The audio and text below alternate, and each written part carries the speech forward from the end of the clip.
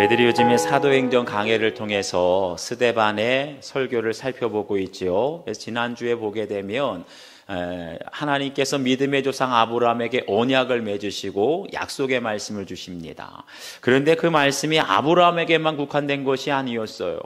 아브라함에게 약속하셨지만 그 약속의 말씀을 믿는 모든 아브라함의 후손들, 심지어는 누구에게까지요?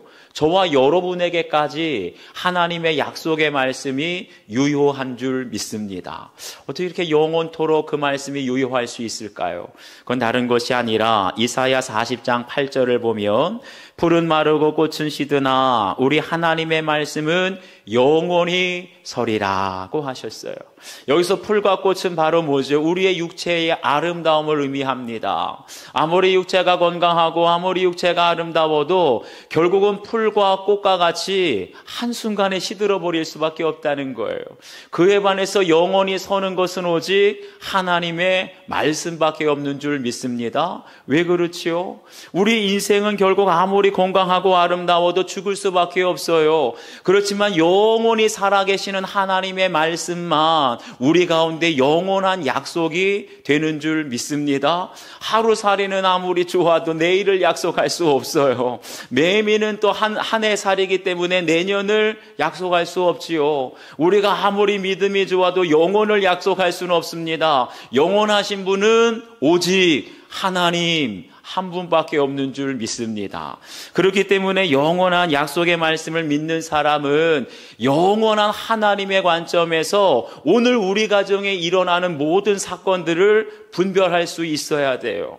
그럴 때 눈앞에 보이는 고난 사건, 그것이 육체의 질병의 고난이든 아니면 물질에서 오는 고난이든 아니면 자녀의 아픔과 자녀의 고난이든 이 모든 고난을 하나님의 영원한 약속의 말씀으로 비추어 보게 될 때 그런 사건 하나하나에 일희일비하는 것이 아니라 어떤 환경에서도 영원하신 하나님으로 인하여서 우리의 마음속에 평안과 기쁨을 누리게 될 줄 믿습니다. 바로 거기에 믿음이 있다는 거예요.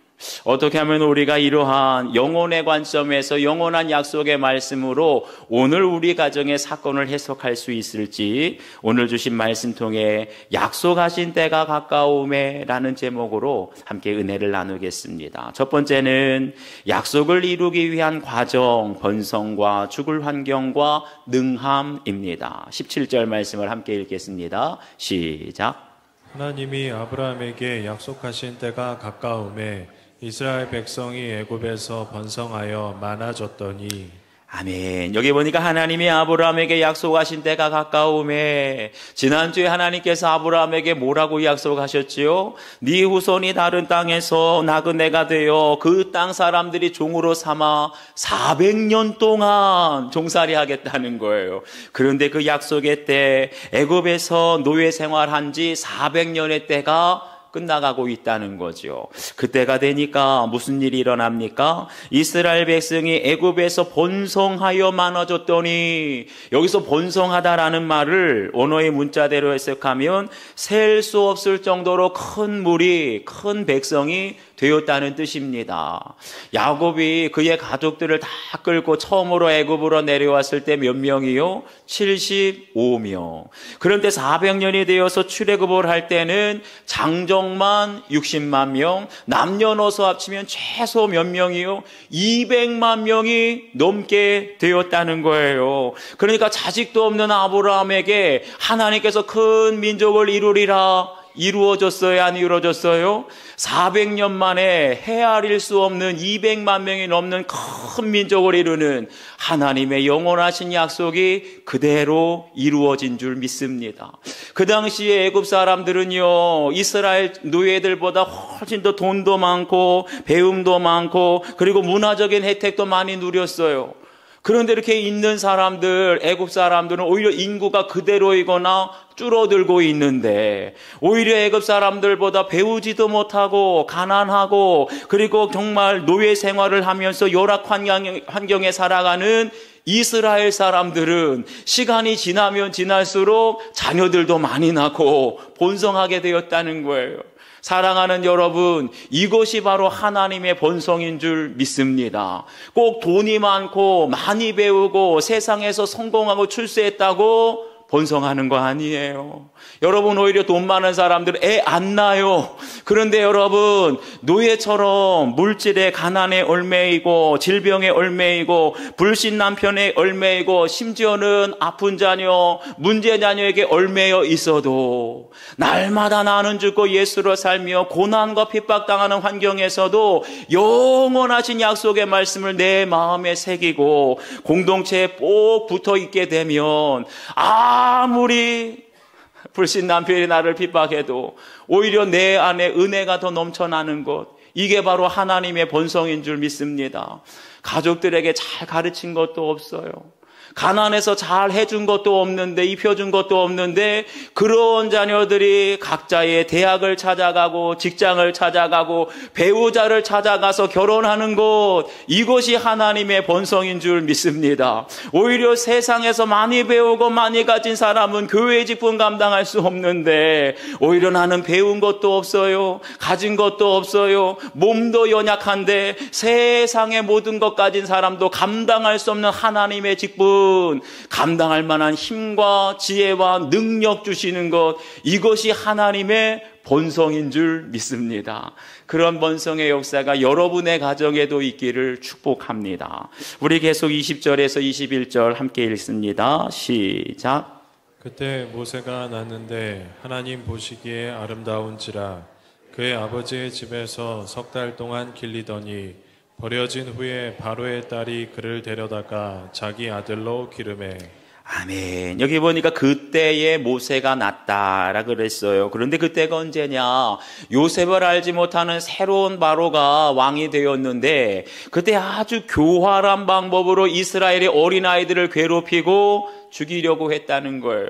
그 당시를 역사적인 자료를 보면 이스라엘 노예들이 얼마나 번성했는지, 오히려 돈 많고 많이 배웠던 애굽 사람들은 애를 잘 안 낳는데 가난하고 열악한 환경에서 노예 생활하는 이스라엘 노예들은 너무나 번성하니까 바로가 어떻게 해요? 이스라엘 노예들이 여자아이를 낳으면 살려주고 사내아이를 낳으면 나일강에 다 버려서 죽이라는 거예요. 아주 무서운 명령을 내린 것이지요. 그런데 봐도 그때 누가 태어나요? 모세가 태어났다는 것입니다. 한마디로 말하면 모세는 죽을 수밖에 없는 환경에서 태어난다는 것 자체가, 사내아이는 다 죽을 수밖에 없으니까 태어나는 것 자체가 죽음이었던 그런 최악의 환경에서 태어난 것이지요. 그런데 모세가 어떻게 됩니까? 모세의 부모가 모세를 보니 하나님 보시기에 아름다움이라. 그러니까 어때요? 죽일 수가 없는 거예요. 아무리 바로가 죽이라고 해도 하나님의 언약이 있으면 죽을 수밖에 없는 최악의 환경에서도 살려주시는 줄 믿습니다. 우리가 이거 기억해야 돼요.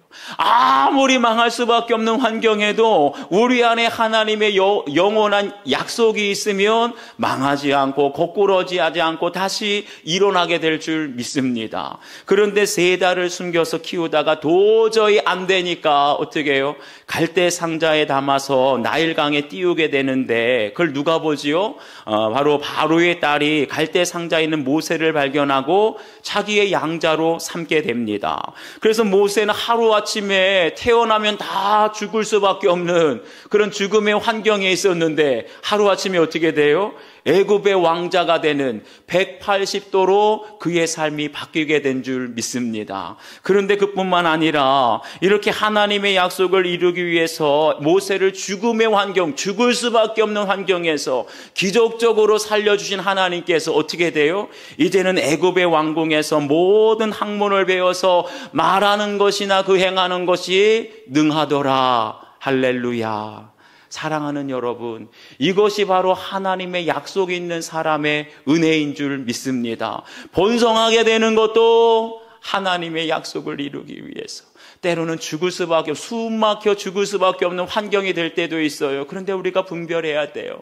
번성을 주시는 하나님은 하나님의 약속을 이루기 위하여 때로는 숨 막혀 죽을 수밖에 없는 환경을 허락하시고, 그때에 기적적으로 우리를 살리신 하나님께서 모든 것에 능하게 하셔서 마침내 그 약속을 이루시는 줄 믿습니다. 그렇기 때문에 우리 성도들이 날마다 영원하신 약속의 말씀을 마음판에 새기며 살아가게 될 때, 오늘도 저와 여러분의 가정에 일어나는 모든 사건들, 그것을 하나님의 영원하신 말씀, 영원하신 약속에 빗대어 해석하게 될 때, 죽을 것 같은 환경이 오더라도 낙심하거나 절망하지 않고, 때로는 성공하고 번성하고 능하게 된다 할지라도 교만하거나 우쭐하지 아니하며, 어떤 환경에서도 영원하신 하나님 바라보게 될 때 세상이 줄 수 없는 평안을 누리게 될 줄 믿습니다. 사람들은 알 수 없는 기쁨이 어디서 와요? 영원하신 하나님을 바라보게 될 때 내 환경에 상관없는 기쁨이 있게 될 줄 믿습니다. 그래서 우리가 뭐를 해야 돼요? 매일 큐티를 해야 할 줄 믿습니다.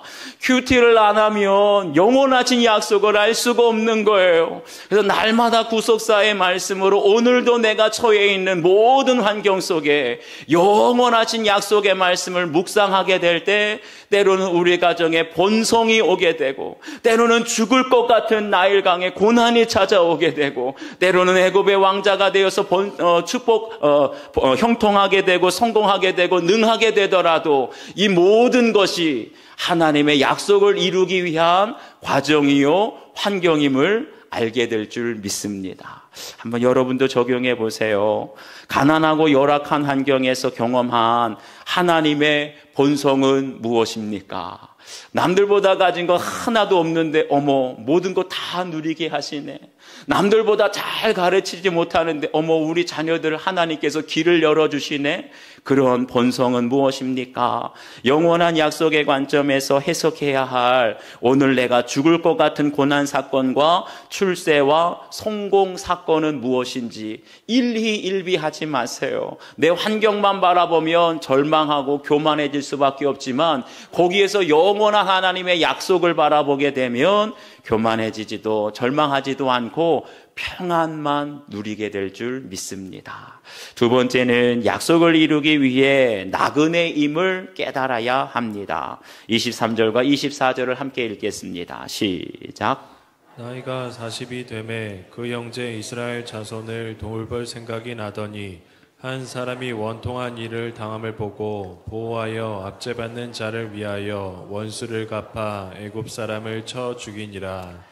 아멘. 여기에서 나이가 40이 되매라는 말은 뭐죠? 태어나자마자 갈대상자에 담겨서 애굽 그 공주 왕의 딸에게 발견이 되어 가지고 왕궁에서 갔잖아요. 그래서 40년 동안 애굽의 왕자로 살았다는 것입니다. 그러니 40년 동안 모세가 왕궁에서 애굽의 언어와 학문과 모든 문화를 익혔기 때문에 누가 봐도 애굽의 왕자고 애굽 사람처럼 보였습니다.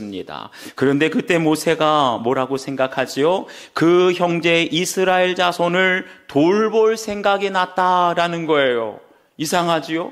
분명히 말하는 것도 애굽 사람, 생긴 것도 애굽 사람, 옷 입는 것도 애굽 사람인데 애굽 사람을 자기의 형제로 생각한 것이 아니라 애굽에 노예되었던 이스라엘 형제들과 자기를 동일시했다는 거예요.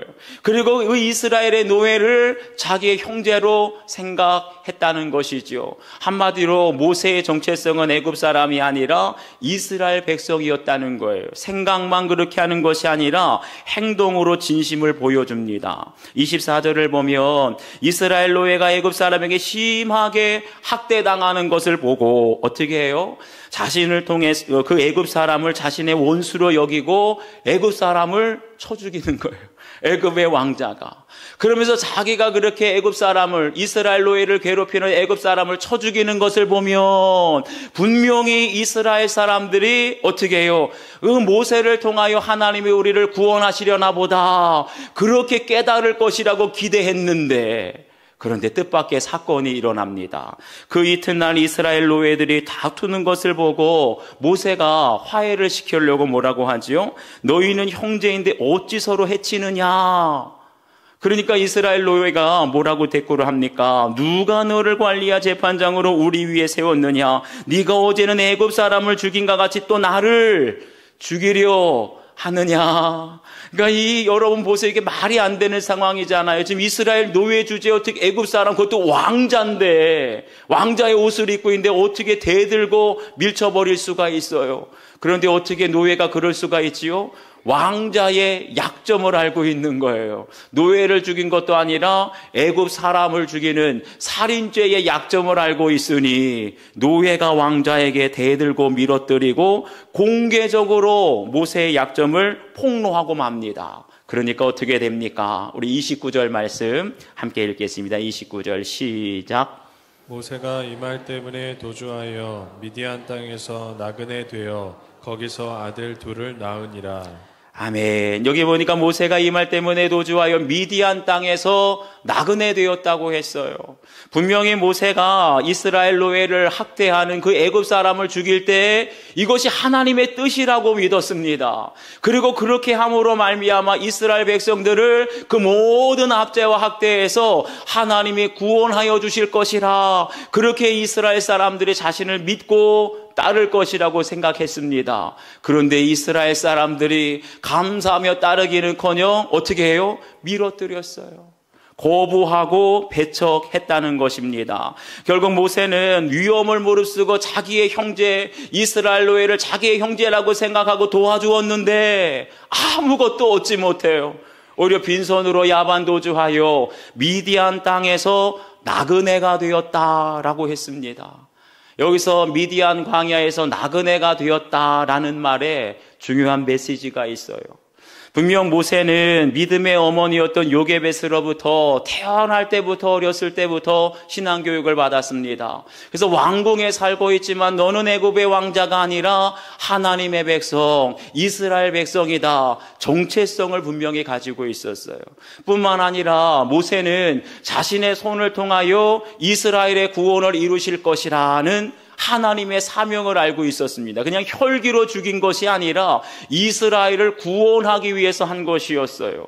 그런데 이렇게 믿음도 있었고 정체성도 있었지만 안타깝게도 모세에게 한 가지가 없었어요. 그게 무엇입니까? 자기가 나그네라는 것을 깨닫지 못했던 것입니다. 그러다 보니까 하나님의 방법으로 구원하는 것이 아니라 인간적인 방법으로, 하나님의 도우심을 구한 것이 아니라 자기가 알고 있는 애굽의 지식, 애굽의 학문, 애굽의 지혜대로 하려다 보니까 아무리 하나님의 일을 하려고 해도, 하나님의 구원을 이루려고 해도 실패할 수밖에 없는 것이죠. 그러다가 어떻게 해요? 광야 생활을 통해서 어떻게 해요? 미디안 광야에서 나그네가 되었더라. 아무도 없어요. 광야에서 아무것도 할 수 있는 게 없어요.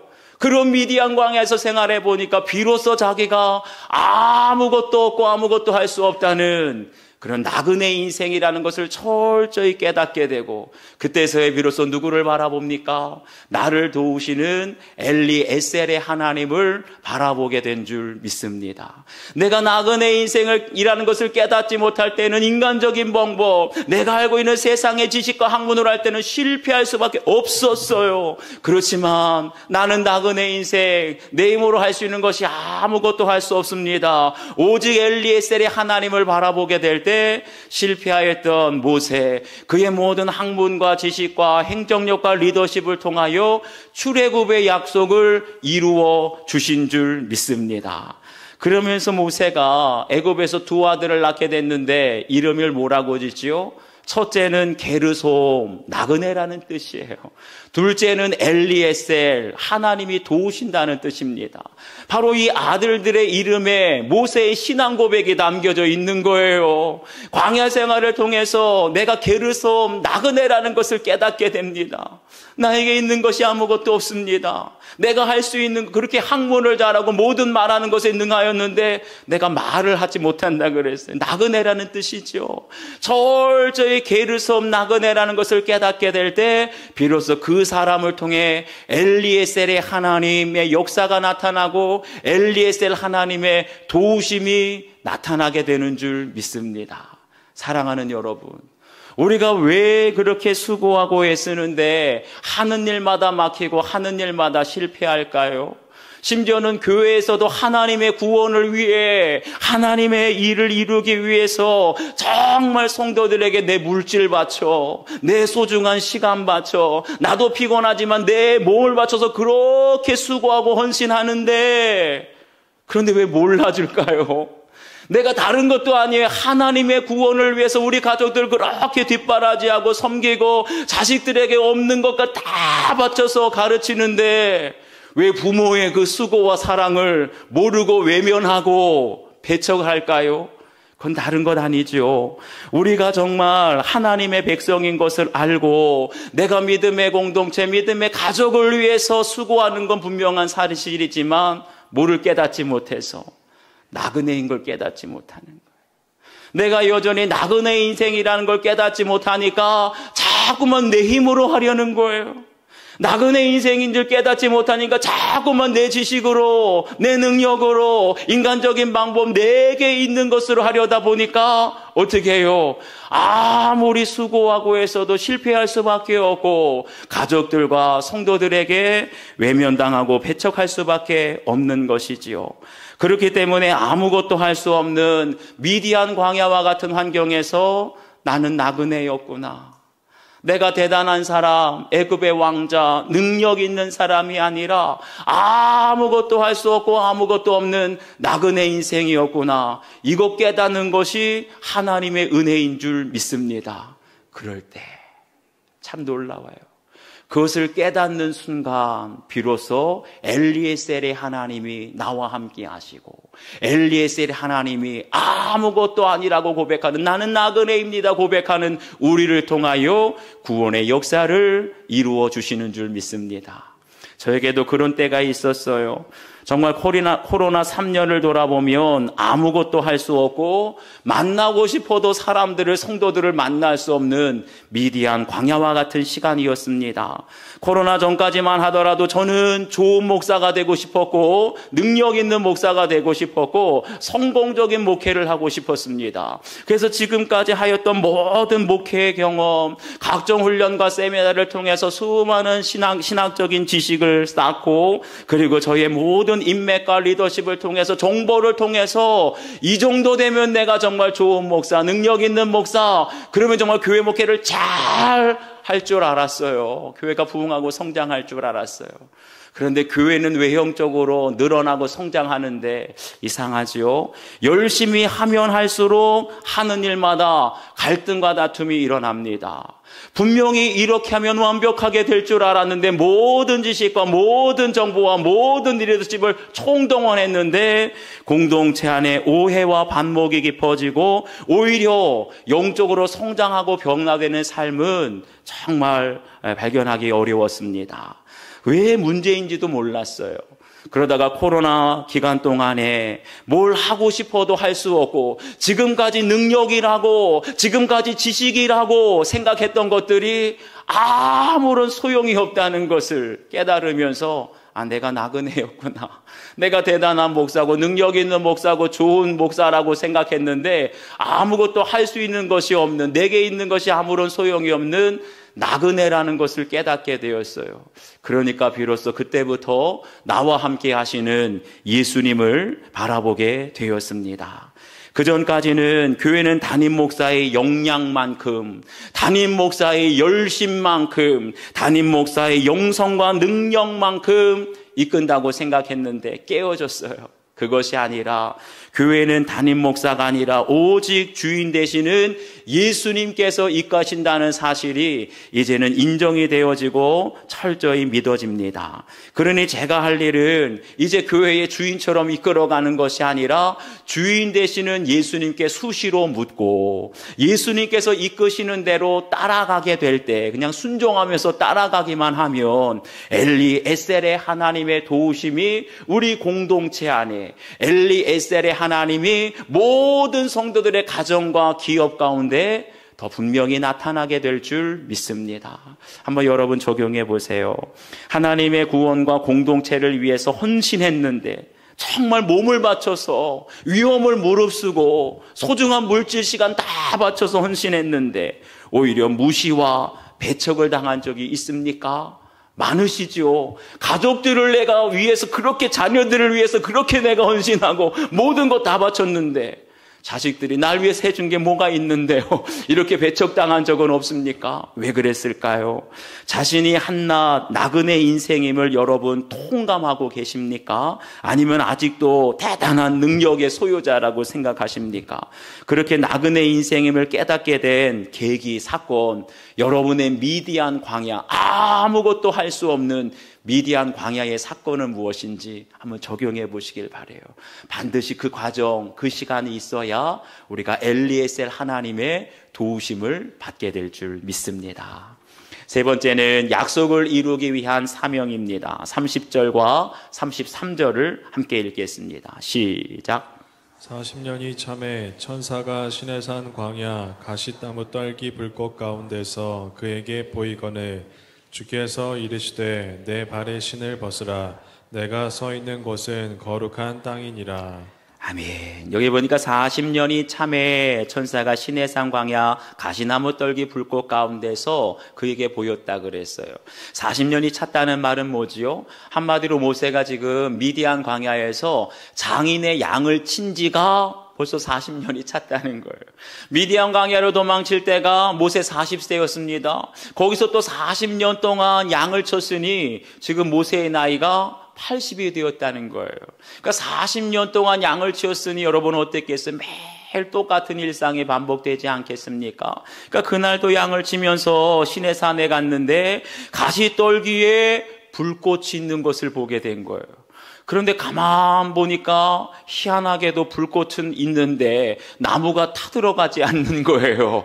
이상하다. 아무리 보아도 불꽃이 타들어가지 않네. 그래서 자세히 보려고 가까이 가는데 그때 주님의 음성이 들립니다. 나는 네 조상의 하나님, 즉 아브라함과 이삭과 야곱의 하나님이라 말씀하셨어요.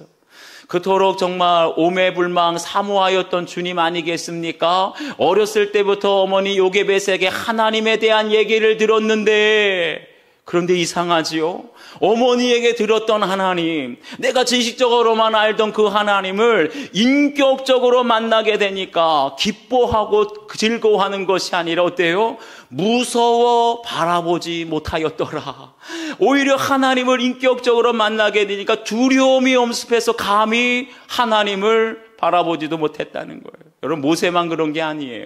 이사야 선지자도 예루살렘 성전에서 하나님 인격적으로 만나게 되었을 때 이런 고백합니다.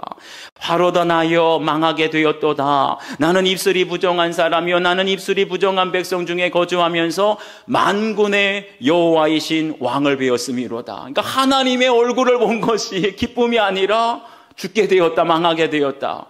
그뿐 아니에요. 베드로도 그랬습니다. 베드로도 예수님 말씀대로 깊은 데로 가서 그물을 내리라. 그랬더니 그물이 찢어져라 많은 물고기를 잡았는데 그때 베드로가 예수님께 뭐라고 고백하지요? 주여 나를 떠나소서. 나는 죄인으로서이다.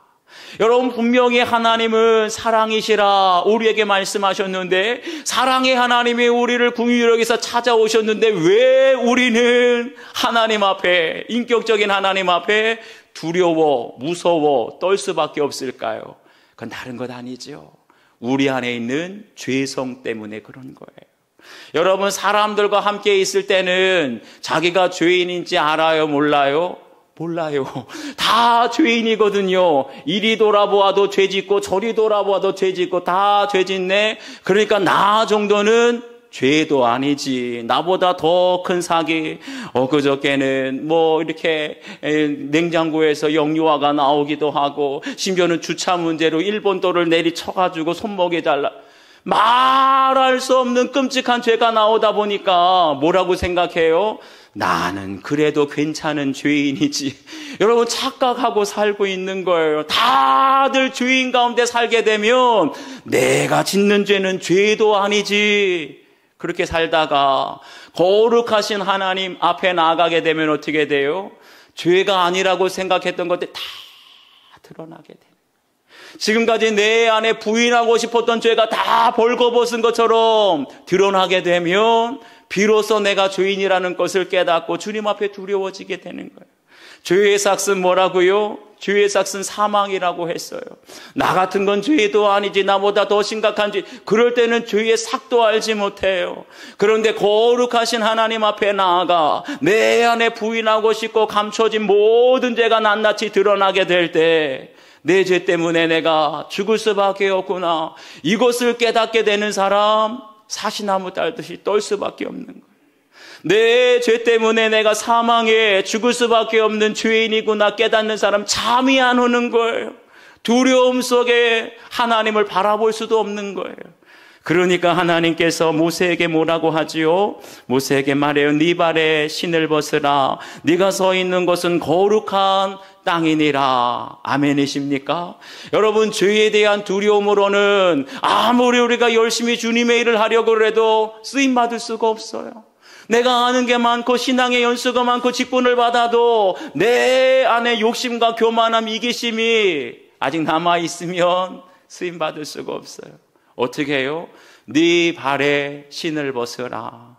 욕심의 신을 벗고 교만의 신을 벗고 정욕과 탐욕의 모든 신을 벗고 내 죄악을 끊게 될 때 비로소 하나님의 사명을 맡겨주시는 줄 믿습니다.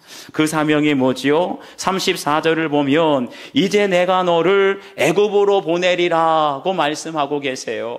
여기서 애굽이 어떤 곳입니까? 여러분, 모세에게 있어서 애굽은 돌아가고 싶은 곳이에요. 다시는 돌아가고 싶지 않은 곳이에요. 내가 동족 이스라엘의 구원을 위해서 목숨을 걸고 애굽 사람을 쳐 죽였는데, 그런데 동족이었던 이스라엘이 오히려 나를 밀어버립니다. 오히려 나를 배척하고 버림당하게 됩니다. 그런데 주님께서는 그런 모세에게 너를 배척하고 너를 밀어뜨리고 이유도 없이 너를 미워하는 그 애국 동족에게 돌아가라는 거예요. 여러분, 이것이 하나님의 사명인 줄 믿습니다. 하나님의 사명은 내가 만나고 싶은 사람에게 가는 거 아니에요. 하나님의 사명은 나를 반겨주는 곳으로 가는 것 아닙니다. 어쩌면 하나님의 사명은 이유도 없이 나를 잡아먹일 듯이 그냥 공격하는 불신 남편, 배우자가 내가 돌아가야 될 애굽일 수 있어요. 어쩌면 하나님의 사명지는 이유도 없이 그냥 나만 보면 미워하고 이유도 없이 나만 보면 내 모든 비판하고 비방하는 직장의 동료와 상사가 있는 사무실, 그곳이 내가 돌아가야 할 애국 사명지일 수 있습니다. 그런데 여러분, 어떻게 나를 반겨주지도 않고 오히려 이유도 없이 미워하고 배척하고 죽이려고 하는 사람들에게 내 발로 갈 수가 있겠어요? 불가능하지요. 오직 자신이 나그네라는 것을 깨달은 사람, 철저히 미디안 광야를 통하여서 내 힘으로 할 수 있는 건 아무것도 없습니다.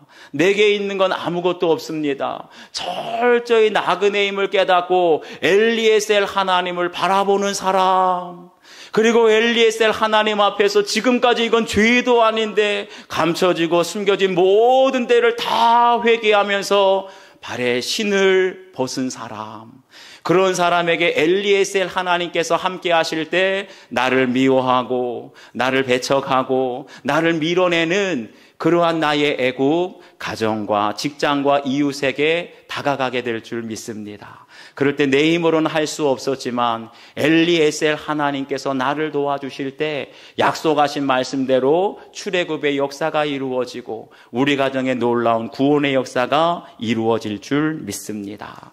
마지막 한번 적용해 보세요. 나를 미워하고 배척하지만 주님이 나를 보내시는 나의 애국, 나의 사명지는 어디입니까? 미워한다고 나도 같이 미워하고 있지는 않으신가요? 사명을 감당하기 위해서 내가 벗어야 할 욕심과 교만의 발과 신은 무엇입니까?